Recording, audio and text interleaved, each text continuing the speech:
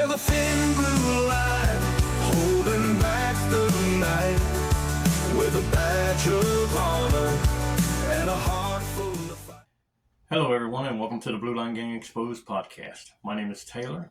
I am a former law enforcement officer. I've worked at both the state and federal levels of law enforcement as well as the public defender's office as an investigator. This podcast is not anti-law enforcement. It is anti-corruption. It is anti-dirty cops. There's approximately 750,000 law enforcement officers in the United States today. 99% of them do a good job, work hard to protect the public. Out of the 750,000 law enforcement officers in the United States, there's over 1% of them that I consider them to be, and I identify them as, the Blue Line Gang. They are the criminals with badges. They are the ones who are committing serious crimes. And I'm not talking about misdemeanors. No. I'm talking about murder, rape, kidnapping, assaulting, drug trafficking, sex trafficking, gun trafficking, and domestic violence. Yeah. Believe it or not, there are actually cops out there do it. And even though 1% is a very small, minute number, but when you take 1% of 750,000, that is 7,500 law enforcement officers. And here's the thing. Since 2020, over 8,000 of them have been arrested for serious crimes. 60 police officers have been arrested for murder. Now here's going to be an alarming number, a surprising number, something that's going to make you want to send your wife out with pepper spray or something to protect herself with, or ride with her, or not leave her at home because, we worry about the criminals in a hole coming to harm one of our family members. Men, I'm talking to you directly. 600 police officers have been arrested for rape. Now, here's another alarming number. And these are all approximate numbers. And it's kind of scary because of all the sex crimes involving children, that's 1,200 law enforcement officers since 2020 that have been arrested for sex crimes. And that's a combined number. So that's 600 for adult crimes, more than 600 for sex crimes against children. That is a scary number. And in my research, I have discovered that 62 law enforcement officers that have worked as school resource officers, you hear me? School resource officers, the ones that are supposed to protect our children while they're in school, the ones that we take to the school to be safe, to be protected. 62 across the nation since 2020. That's a scary number because, see, here's the thing. School resource officers, they're there to protect our children. They're not there to become buddy-buddy with our children. They're not there to become social media friends with our children, text messaging our children. They should not have any access to our children except for when there is a crime being committed. If a child goes to a police officer for help, like somebody's bullying them, or there's drugs they know about, if there's a fight going on, if there's an active shooter going on, if a teacher, principal, a nurse has touched them inappropriately or made them feel uncomfortable, then yes, they should go to the school resource officer. But who do the children go to when it's the school resource officer who's made them comfortable? Told them that this is our little secret, that you can be my little girlfriend or you can be my little boyfriend. You're going to find one police officer molested a middle school soccer team. The entire soccer team. Giving physicals to them. Now, he's a police officer and a volunteer soccer coach for the middle school. And he gave them all physicals and said they had skin problems. Yeah. He sexually molested them. But continuing on, I'm trying to explain to you what the Blue Line Gang Exposed is about. Again, it's not about the good cops. It's not about the 99%. It is about that 1% that I identify as the Blue Line Gang. Now, the good cops I identify as the true blue. And I give a lot of credit to the officers who go after these criminals with badges. Not everybody stays silent anymore. This ain't the blue wall. because that blue wall will land a police officer in jail because they've turned themselves into a criminal with a badge, covering for their buddies. Muncie, Indiana, 4 police officers. The son of the police chief at the time was conducting serious assaults on detainees, children, people handcuffed, people already on the ground being handcuffed. Yeah, a lot of bad characters out there. Now, continuing on, how many people do you think got arrested for robbery? How many police officers? 50. 50 police officers have been arrested for robbery, armed robbery. 70 of them have been arrested for kidnapping. And that's another case with the Hialeah police. 2 police officers went to remove a homeless man, got a complaint about him, begging for money. Did they arrest him? Well, they did arrest him, but they did not take him to the police station. They took him to an open field near where alligators were, and they beat him near to death. Left him around where alligators were, thinking that the alligators, and that's my interpretation of it, leave him around alligators, thinking that the alligators would just have dinner, take away all the evidence. Fortunately, a true blue cop with the Hialeah Police Department was walking his dog and came across the man walking in the field, damaged, beat up, clothes torn. They beat the living crap out of this guy and left him for dead. But that cop who was walking his dog called for help, got the man an ambulance, reported it. Those 2 officers who left him for dead ended up getting arrested. One is in prison now. One is still going through the court system of being tried. They kidnapped that man, put him in handcuffs, and beat him to near death.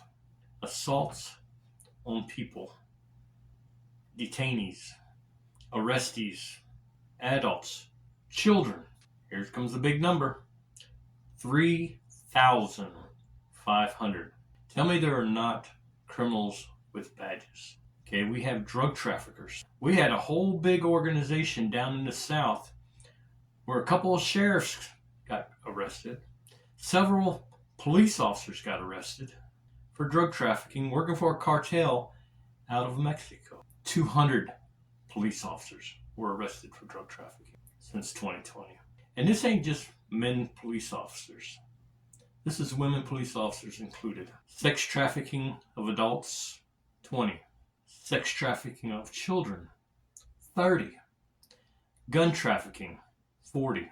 And here comes another big number. Domestic violence.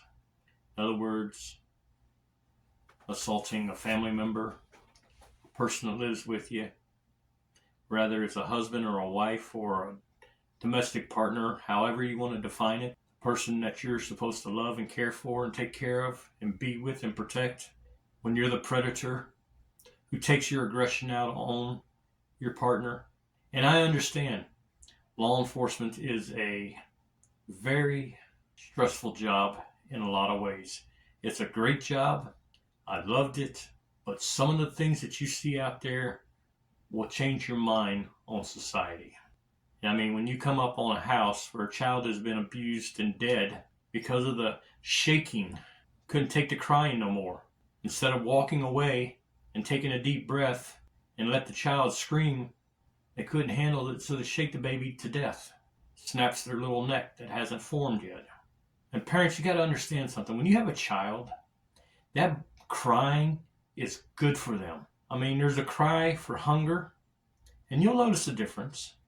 There's a cry for when they're wet or poopy, and there's a cry for when they're hurt. And if you're a good parent, you'll understand each one of those cries. But a lot of babies cry just to be crying. And it's good for them. How can all that crying be good? They're going to lose their voice, you hope.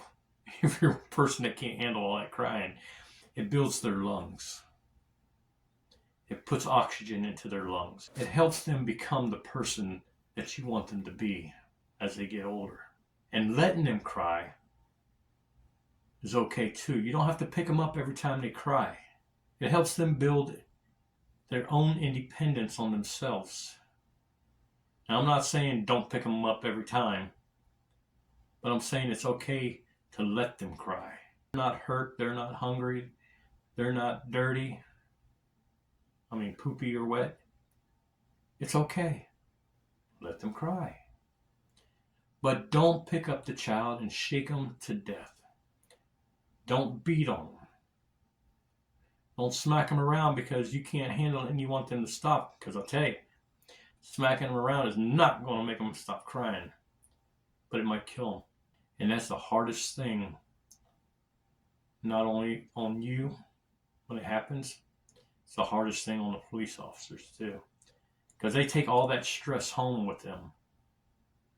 And they vent. Not all of them do, but some do. A lot of them do. They vent on the partner that they're with. And that's not good for the partner. I've seen parents tase their children. I've seen a shootout, a drive-by shooting with a guy and a girl in a car. The girl's driving. The mother is driving. She has a 2-month-old baby in a car. She's being chased by the police. The police don't know that she has got a baby in the car. They chase and chase and chase, and they finally decide to do a pit maneuver.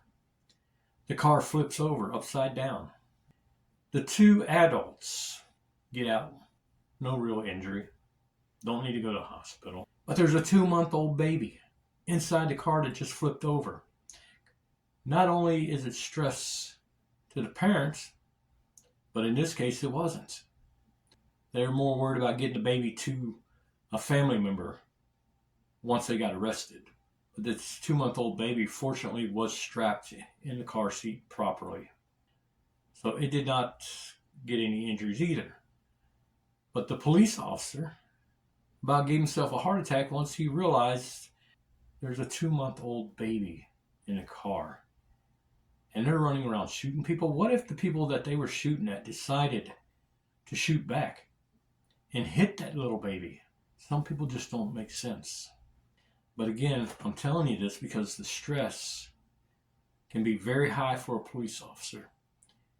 And being in a relationship with a police officer can be a very stressful thing too. And if you're one that's being abused, if your husband or wife is a police officer and they abuse you, get out of the relationship. I know you feel protected because they are a police officer, but if they're being the predator who's abusing you, get out of the relationship. Go report the violence. Don't let nobody hit you ever. Don't let nobody hit your children ever. There's a difference between discipline and being out of control. I've spanked my children many a times, but sometimes I've had to go walk around the block before I came and spanked them because it needed to be controlled. I didn't want my children afraid of me. I wanted them to respect me. And there's a difference. Now, all this being said, I want to add one more thing. And this is that understand police officers are a different culture. Just like the African American community has a different culture. White people mourn the death of somebody differently than black people do. Most black people. I'm not saying everybody black does the same thing. That's not what I'm trying to say. But I'm saying I've been to funerals of both races. And I can say the black funeral that I went to, there was a lot of shouting. And when I say shouting, I mean dancing like Pentecostal shouting. And they're sending another angel up into heaven. White people feel the same way, but they display their affections different. Okay, and police officers, I'm going to say this to you. Understand that a lot of African American people speak with a high tone. It doesn't mean that they're yelling at you. And that's the problem with police officers. They get into it with someone who's black and they're white and they don't comprehend, why is this person speaking loud to me? He's yelling at me. And since that black person is yelling at me, I'm going to yell back and I'm going to take control of the situation. And they're not yelling. They're having a conversation at their own level, a peaceful conversation. And maybe they are upset, but they're still the way that they're dealing with it. And you as a police officer have a responsibility to de-escalate. It doesn't mean that you have to take crap off of people, but you do have to understand where people are coming from before you make a decision, before you start getting aggressive yourself. Because you can go from a person who's talking loud to you and quickly think it's disorderly conduct when it's not. It's just the way certain people talk. It's kind of like with Hispanic people. I've noticed with my conversations with people who are Latino, like to talk like this. Here's me, here's them.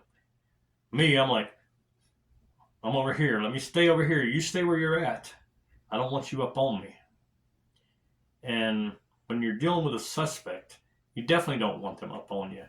You take control of that situation because you need to be able to protect yourself. But one-on-one, just as a conversation or talking, Latinos are more apt to be close to you. Not saying all, but I'm just saying understand that it's not a race issue. It is a culture issue. Just like police officers today see so much bad. And then when a good person comes up, say even myself, I come up to a police officer and I say, hey, how you doing today? They look at me like they're from New York and I'm from Alabama, which I am from Alabama. And I am a very friendly person, very respectful person. But police officers have a trust issue with everybody because they don't know who's good and who's bad, just like we don't know who's a good cop and who's a bad cop. Unfortunately, when a police officer is identified as a bad cop, they're identifying all police officers as being bad. It's kind of like the old 1960s where cops thought all black people were bad. And that's not the case. We're all Americans. And we're all different. And every single one of us are different. And I can't say that all black people talk loud. Because I can tell you, my daughter-in-law and her children, very low-speaking people. And they're black. But they speak so low that you have to put both ears on to hear. But I love them to death. But understand that culture is different for everybody. Where you're raised from. New York City versus Alabama. You know, I drive down the road, I see somebody, I don't even know who they are. I'm like, hey, how you doing? Just waving. You know, that's my southernness in me. Okay. In New York, most New Yorkers I met have been like, why are you talking to me? Damn, all I said was hi. Who are you? Why are you saying hi to me? You know, they give off that impression. It's not what they say. It's the look, the mentality, the way they set themselves up. You know, maybe that's the background they came from. It's a different culture. It doesn't mean they're bad. It doesn't mean that anybody's bad. But you got to understand each other. And just like police officers need to understand black people's tone of voice,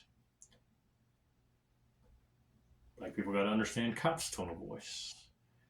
You know, the thing about cops, they're the blue.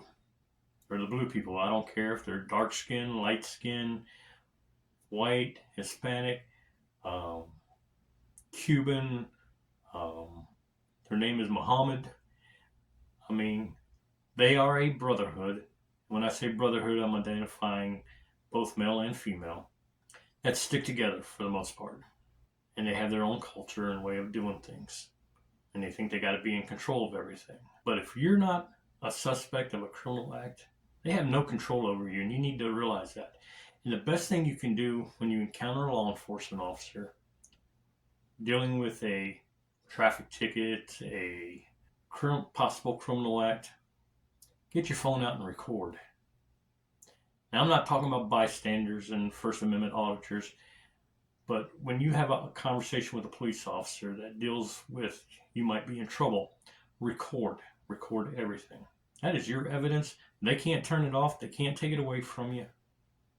Unless they put you in handcuffs, and then they're going to take it away from you. But you can tell them not to turn it off. The battery can run all the way until it's dead. And people who do want to record, stay over 20 feet away. Stand back away from the scene. Because if you get involved, you interfere with them dealing with somebody, you're going to go to jail. They're going to take your phone as evidence to say, hey, he or she was too close to me. interfering with me. I had to keep watching them over watching the person that I got pulled over. You're going to go to jail for interference. They're going to confiscate your phone. You're not going to see your phone until you go to court because, hey, it's evidence. So understand that. Keep your distance. Make sure the officer stays safe. When you get pulled over, put your hands on the steering wheel. Let them see your hands. That's the most important thing for a police officer, is seeing where your hands are. Because your face, it ain't going to do nothing to the police officer unless you try to bite them. But they're looking at your hands, because your hands can reach a knife, can reach a gun, can reach pepper spray, can punch them. They're watching the hands. And if you got a phone and you're recording, put your hands on the steering wheel. Hold your phone. They can see that you're recording. It's completely legal for you to record a police officer. You have a constitutional right to collect evidence. You have a constitutional right to record police officers in public in the performance of their jobs. I strongly recommend that you do. And as far as children go, same thing. There's little body cameras that you can wear that are like this big. You can record in a public school. You just can't be a distraction in a public school while you're recording. But they have like little necklaces that you can wear that you can barely tell that it is a camera. And you can sit in your class and record what the teacher tells you. And that way you can study better. If there's a fight, if someone's picking on you, if you're dealing with law enforcement, for some reason they want to have a conversation with you, 2 Deep Leadership, remember that. Insist, you hear me? Insist on having another adult present when you have to talk to law enforcement. Do not go into a school resource officer's office by yourself, just you and him. Not to visit, and definitely not when you're in trouble. And I'm not saying that all school resource officers are bad, but I am saying that you need to protect yourself, and that school resource officer needs to protect him or herself with another adult there. That way there's no accusations that can be slung around and get the police officer in trouble, or get you in trouble, or get you hurt. Because I'm going to tell you something, there's another police officer who was having a sexual relationship with a girl from high school, got her pregnant, had a baby, went to his house, went to his wife's house. The police officer shot his wife, shot the mother of his newborn child, ran off with the child. The police finally caught him, and he shot himself to avoid going to jail. Because I'm going to tell you something, a police officer, and you police officers better listen to me very carefully. A police officer does not want to go to prison. 2 things that inmates love the most: police officers and child molesters. And if you're both, you're going to understand what them victims of yours felt like, and probably a lot worse.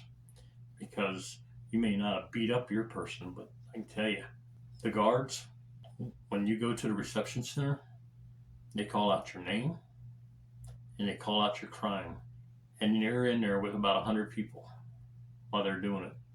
And that word gets around throughout the prison of what you are, and they have initiations. The best thing you can do, if you go to prison, put yourself in protective custody. Put yourself in a cell by yourself. Butt naked cell is what they call it. And you know why they call it that. But you still got to get through the reception. And some of them guards, oh man, I need a cigarette break. I'm going to walk away for a minute and leave you with all those inmates. I'm telling you now, the worst thing you want to be is a pedophile cop, because they will eat you up. And the rest of you, or whatever crimes you commit that cause you to go to prison, you're still on the top of the list. And when you go to federal prison, if you go get arrested by the FBI, you're not going to go in there with your buddies like the Muncie gang, Muncie, Indiana, where one officer gets arrested. You'll go to one prison in one state. Your buddy will go to prison in another state. They don't keep you guys together, so you ain't going to have each other to protect each other. Best thing to do is stop committing crimes. Anyway, I don't want to get carried away, which I already have. I'm just telling you this. The Blue Line Gang is about the 1% of criminals who wear the badge and gun. Oh, that badge is a badge of honor. That gun is made to protect yourself and to protect the community.